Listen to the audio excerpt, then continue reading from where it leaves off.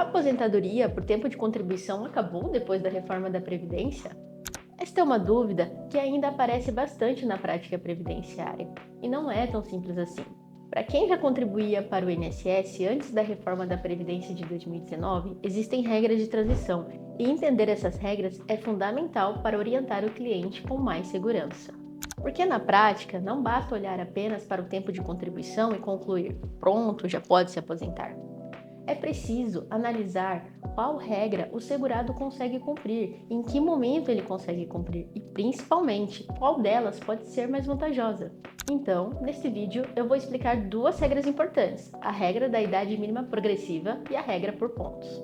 Antes de entrar nas duas regras, vale entender rapidamente o contexto. Com a reforma da Previdência de 2019, as regras para a aposentadoria mudaram bastante. Mas imagine uma pessoa que já contribuía há muitos anos e estava próxima de se aposentar. Não faria sentido tratar essa pessoa exatamente da mesma forma que alguém que começou a contribuir somente depois da reforma. Por isso, existem as chamadas regras de transição. De forma simples, elas funcionam como um caminho entre as regras antigas e as novas exigências. E aqui está um ponto importante para a atuação do advogado. Essas regras mudam ao longo do tempo.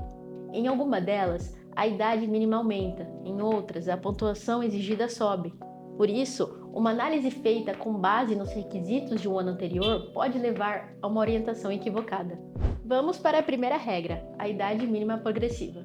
Nessa modalidade, o segurado precisa cumprir dois requisitos principais. O primeiro é o tempo mínimo de contribuição e o segundo é uma idade mínima. Só que essa idade não é fixa, ela aumenta 6 meses a cada ano. Em 2026, para as mulheres, são exigidos 59 anos e 6 meses, além de pelo menos 30 anos de contribuição. E aos homens, 64 anos e 6 meses de idade e pelo menos 35 anos de contribuição. Então, aqui existe um cuidado. Não basta o cliente chegar ao escritório e dizer: doutor, eu completei 30 anos de contribuição. Ou, completei 35 anos de contribuição, já posso me aposentar? A resposta não pode ser automática. É necessário verificar também se ele não atingiu a idade mínima exigida naquele ano. E esse detalhe faz toda a diferença, justamente porque estamos falando de uma regra progressiva. Ou seja, os requisitos mudam com o passar do tempo. Vamos pensar em um exemplo simples. Imagine uma mulher que tenha 30 anos de contribuição. Olhando apenas para o tempo, ela cumpriu esse requisito. Mas, se em 2026 ela ainda não tiver 59 anos e 6 meses de idade, ela não poderá se aposentar por essa regra. Então perceba, tempo de contribuição e idade precisam ser analisados juntos. Agora vamos para a segunda regra, a regra por pontos. Aqui a lógica é diferente. Em vez de olhar apenas para uma idade mínima específica, nós fazemos uma soma. Idade mais tempo de contribuição. Em 2026, as mulheres precisam atingir 93 pontos, além de cumprir pelo menos 30 anos de contribuição. E atenção, quando falamos em pontos, não estamos falando apenas de idade. É justamente a soma da idade com o tempo de contribuição. Imagine uma mulher com 63 anos de idade e 30 anos de contribuição. 63 mais 30 resulta em 93 pontos. Nesse exemplo, ela atinge a pontuação exigida em 2026 e também cumpre o tempo mínimo de contribuição. Agora imagine outra segurada com 60 anos de idade e 30 anos de contribuição. Ela soma 90 pontos. Ou seja, mesmo tendo 30 anos de contribuição, ainda não alcançou os 93 pontos exigidos em 2026.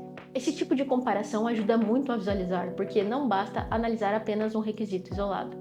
E agora, chegamos a um ponto muito importante para quem atua no previdenciário. O fato do cliente cumprir uma regra não significa necessariamente que aquela seja a melhor opção para ele. Esse é um cuidado essencial. Dependendo do histórico contributivo, dos salários de contribuição e do momento do pedido, pode existir uma diferença relevante no resultado do benefício. Em alguns casos, esperar um pouco mais pode fazer sentido, em outros pode não fazer. E é justamente por isso que a análise precisa ser individual. Não existe uma resposta única que funcione para todos os segurados. Na prática, o advogado precisa olhar além da pergunta: meu cliente já pode se aposentar? Talvez a pergunta mais importante seja: qual é o melhor momento e qual regra é a mais adequada para esse cliente? E isso exige análise. É preciso verificar o histórico contributivo, os vínculos, observar possíveis períodos que precisam ser conhecidos e corrigidos e comparar os cenários disponíveis. porque um pedido feito sem essa análise pode gerar prejuízo no valor do benefício, ou até levar o segurado a escolher uma regra menos interessante. Então, resumindo, para quem já contribuía antes da reforma da Previdência de 2019, as regras de transição continuam sendo fundamentais.